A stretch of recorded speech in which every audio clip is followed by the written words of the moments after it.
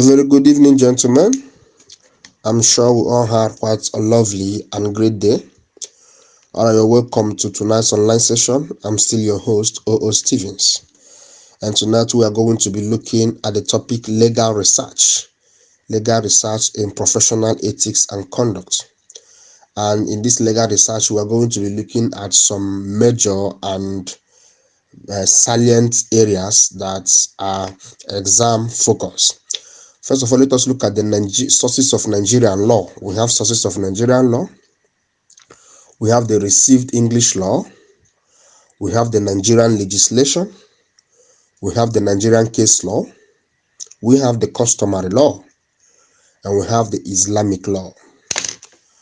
Now, what are the classifications of the sources of law? We have the primary source. In this primary source, this includes laws of the federation, laws of various states, law reports. The Quran is also a primary source of law.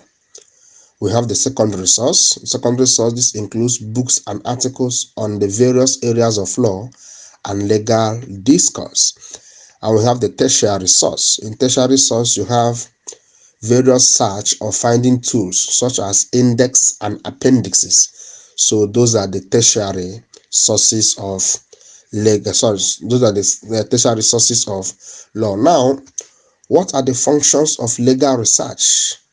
What are the functions of legal research? We have, it determines if a client has a legal case. It helps in the preparation of a trial. It gives a lawyer an overview of the applicable laws to be used in the matter. And it helps a lawyer to think on his feet. It also aids a lawyer in charting the course of action. Now, those are some of the functions of a legal research. Now, let us look at the concept of opening and closing of case files.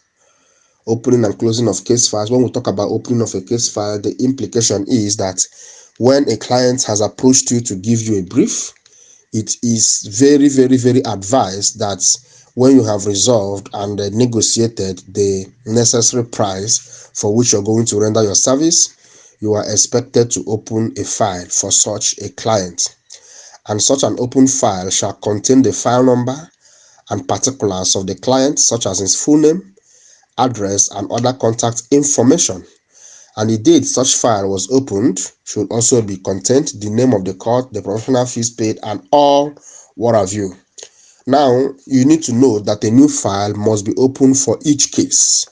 The file should be updated with the progress of the case and filed in a manner that will ensure easy access or retrieval by colleagues in the firm. For instance, if I'm not the one that was handling the matter earlier and the file was given to me, without saying much to me, I can actually go through the file. I will know when the matter started, I will know what the matter is all about, and I will know the stage that the matter is presently at. So that is why it is advised for it to always be updated.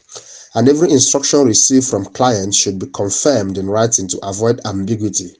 So if a client gives you instruction, you need to confirm it. You need to advise the client to write it down, because there are some clients that could tell you one thing and they will come back tomorrow and say that it wasn't what they said. So it is better for you to make sure that the client writes it down, and if he does, you will now insert a copy in the file, so that in the event of any inconsistency tomorrow, or the client wakes up to deny that what you're doing is not what he asked you to do, then you can typically bring out the file and he would see it himself. And it's worthy of note that different filing systems may be adopted. Examples of filing systems are alphabetical filing. We have topical filing. Topical filing is you file in consonance with the subject matter. We have numerical filing. You file per year. We have geographical filing. You file where the court is and type of court. So you can employ any of these system of filing in order to file your document. Now, what about closing of file? Now, once a case or transaction is concluded, the legal personnel should close the file in respect of that case or transaction, because the reason for which you have been employed have actually been achieved. So you don't have any more thing to be doing with respect to that particular matter. But it is noteworthy that the file meant to be closed here is the file that is open for a particular case or transaction. In other words, it is a brief handled for a client by the lawyer and not the client's own file with the firm or the lawyer. For instance, a lawyer may be in general retainership with a client. The file for that is always different. And I'm sure that we know by now that when you are in general retainership, you are also advised to always specifically charge for any professional um, uh, um, uh, um, uh, service you're about to render that involves litigation. General retainership means like I am your family lawyer and you're paying me per month. That is general retainership.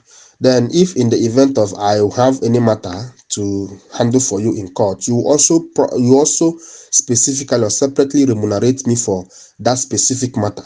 So the file that has opened for which I came into a general retainership, there was an agreement to that one. That one is a different file.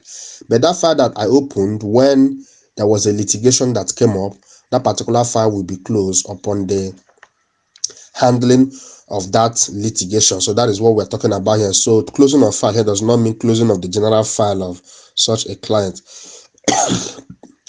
And the file is usually closed only when the case or other brief in respect of which the file was opened has been completed. And when the file is closed, two parallel lines will be drawn across the face of the file and the word closed in uppercase. That is, you write close in capital letters.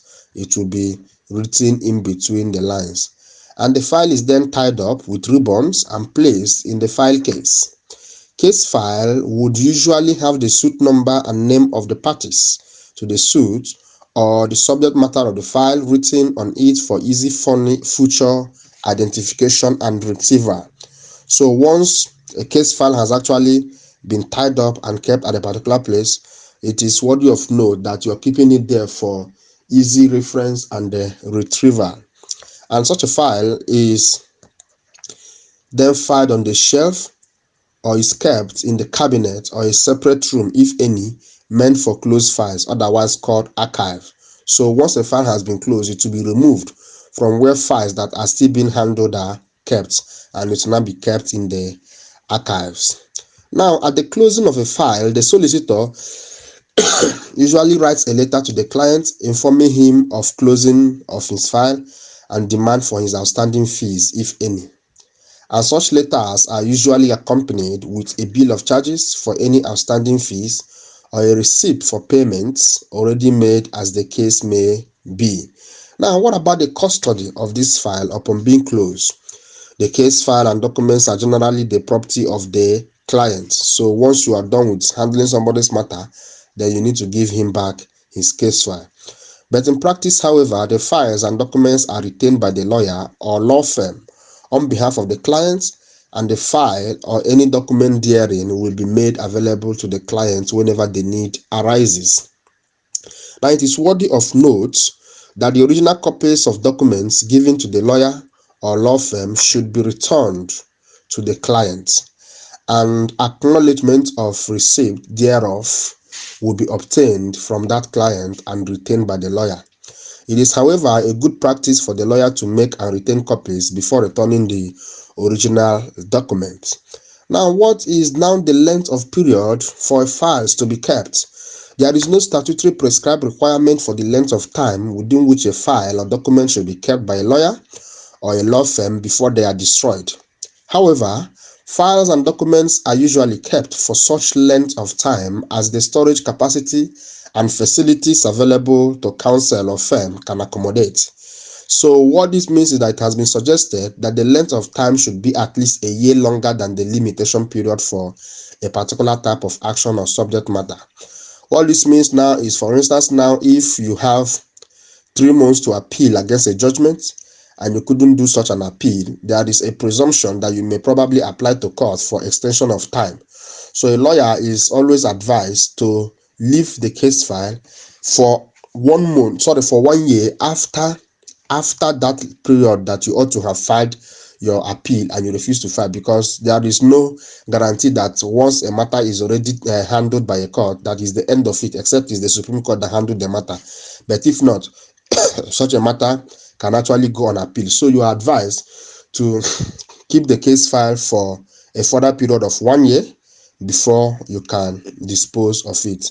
Now, also note that the legal personal's account rules pursuant to Rule 10 sub 5 provides that it to be preserved for at least 6 years from the date of last entry. The implication of this is that legal personal rule has already said that a lawyer can also preserve a case file for 6 years before deciding to destroy the file. Now, after retaining it for a reasonable time and after notice to the client that the lawyer intends to destroy the file may be destroyed by shredding, burning, or any other way. But some files, however, are worthy of being kept, and such could actually maybe involve the original documents of a particular type of property or a particular type of transaction. So you don't destroy or burn that one, even if it is under your custody as a lawyer. So that is it about the concept of opening and closing of a client's file. And until I meet you again, you need to take good care of yourselves and do have quite an awesome and pleasant night rest.